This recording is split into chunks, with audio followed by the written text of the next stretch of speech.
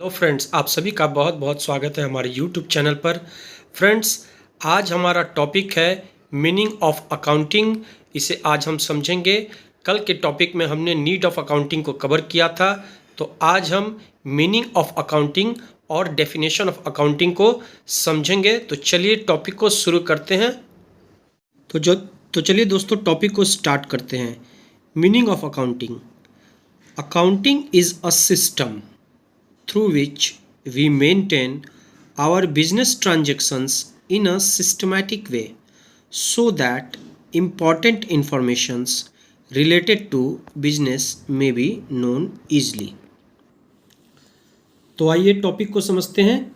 कहता है कि accounting is a system. Accounting एक सिस्टम है through which we maintain our business transactions in a systematic way, जिसके माध्यम से हम अपने बिजनेस ट्रांजैक्शंस को सिस्टमैटिकली रूप से मेंटेन करते हैं, अपने बुक्स में रिकॉर्ड करते हैं, so that important informations related to business may be known easily, जिसके द्वारा बिजनेस से रिलेटेड महत्वपूर्ण सूचनाएं हमें आसानी से मिल सके।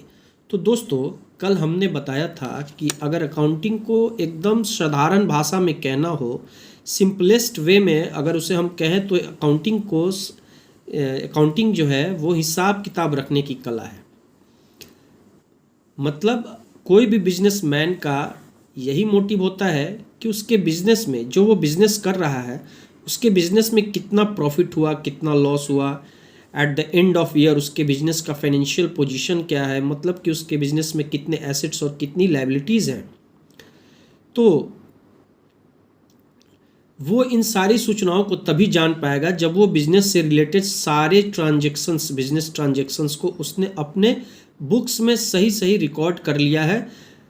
तो यहाँ पर हम देखते हैं कि मीनिंग ऑफ अकाउंटिंग जो है, कह रहा है कि एक सिस्टम है। मीनिंग ऑफ अकाउंटिंग कि accounting is a system. Accounting क्या है? एक सिस्टम है जिसके माध्यम से हम अपने बिजनेस में होने वाले लेन देन को सिस्टमैटिकली रिकॉर्ड करते हैं।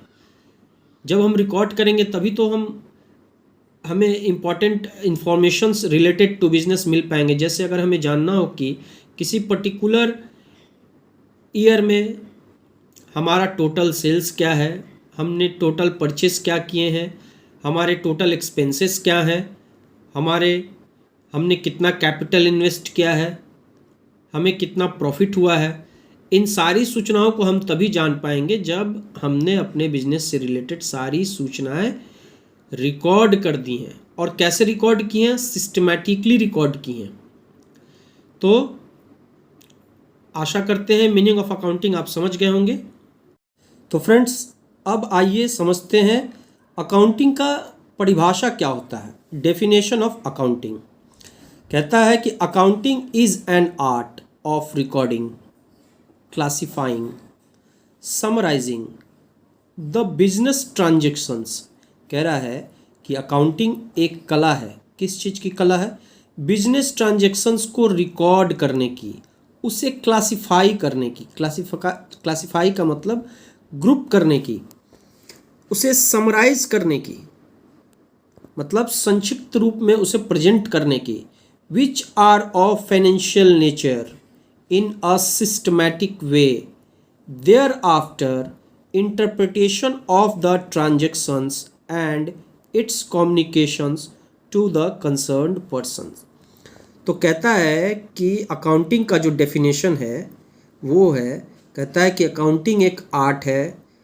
बिजनेस ट्रांजेक्शन्स जो कि फाइनेंशियल नेचर के हैं, यानी कि वैसे ट्रांजेक्शन्स जो फाइनेंशियल नेचर के हैं, उनको अपने बुक्स में रिकॉर्ड करने, क्लासिफाई करने, समराइज करने की कला है। और उसके बाद सारे ट्रांजेक्शन्स को अपने बुक्स में रिकॉर्ड करने के बाद, क्लासिफाई और समराइज करने के बाद, हम रिज़ल्ट को इंटरप्रेट करते हैं, यानी कि उसकी विवेचना या विश्लेषण करते हैं और इसे संबंधित पार्टीज, कंसर्न्ड पर्सन्स को कम्युनिकेट कर देते हैं। देखिए दोस्तों, बिजनेस में जो अकाउंटिंग रिजल्ट होता है यानी कि फाइनेंशियल स्टेटमेंट होता है हमारा, उस स्टेटमेंट की आवश्यकता बहुत लोगों को होती है।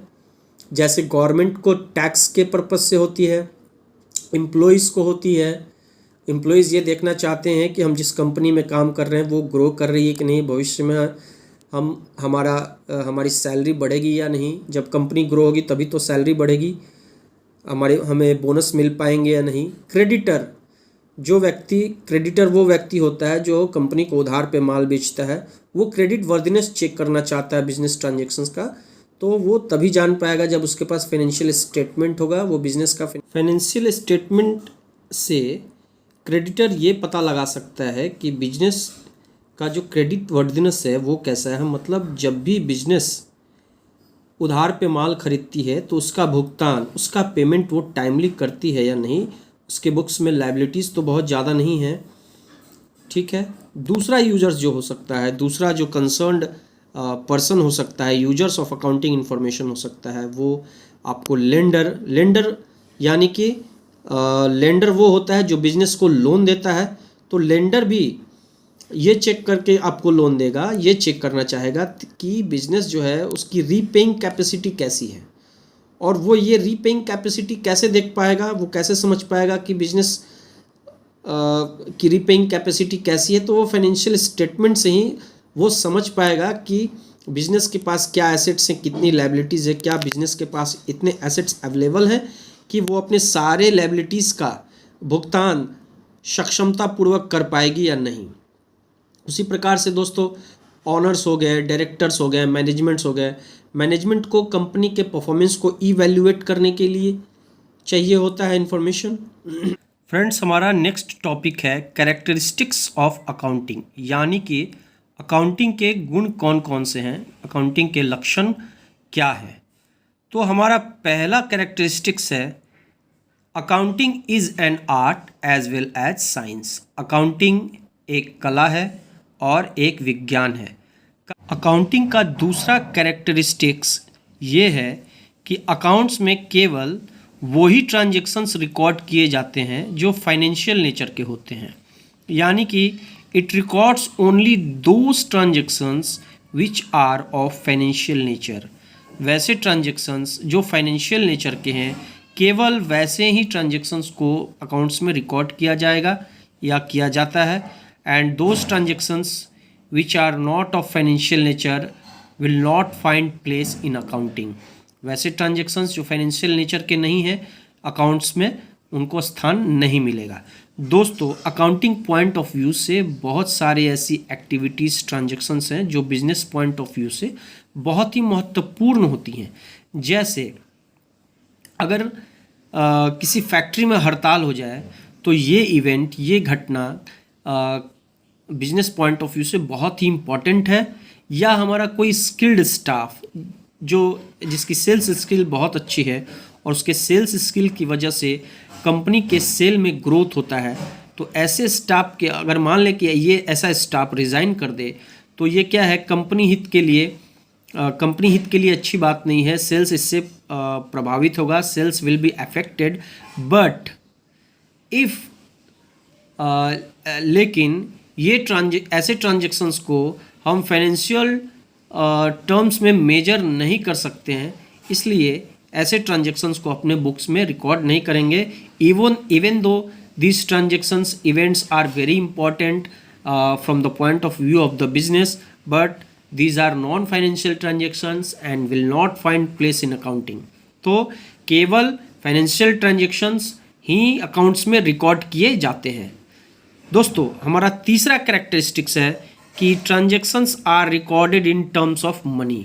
मतलब वैसे ट्रांजेक्शन्स जिसको हम मॉनेटरी टर्म्स में मेजर कर सकें, मॉनेटरी टर्म्स में एक्सप्रेस कर सकें, यानी कि पैसे के रूप में लिख सकें। वैसे ट्रांजेक्शन्स जिसको हम पैसे के रूप में लिख सकें, केवल वही ट्रांजेक्शन्स आपको अकाउंट्स में रिकॉर्ड किए जाएंगे।